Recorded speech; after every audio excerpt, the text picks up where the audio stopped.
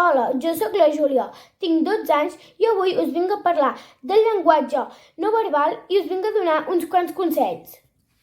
El llenguatge o la comunicació no verbal és la informació que donem a través del nostre cos. Normalment tots diem coses amb les mans, la postura, els moviments, la mirada i d'altres expressions. A vegades ens dona males jugades, però a vegades també ens dona bones jugades. Per exemple, si tu estàs en una presentació com un estaquirot, pensaran que tens por, vergonya i que no saps què dir. En comptes, si tu estàs en una presentació i no et pares de moure, pensaran que estàs nerviós i que ja vols marxar cap al pati.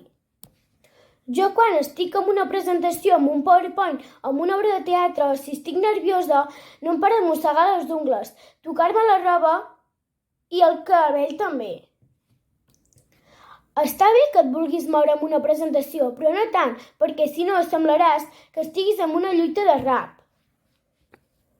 En una presentació has de mirar fixament al públic. Si et poses nerviosa o nerviosa, has de mirar amb una persona que tinguis confiança. Creu-me, t'anirà bé.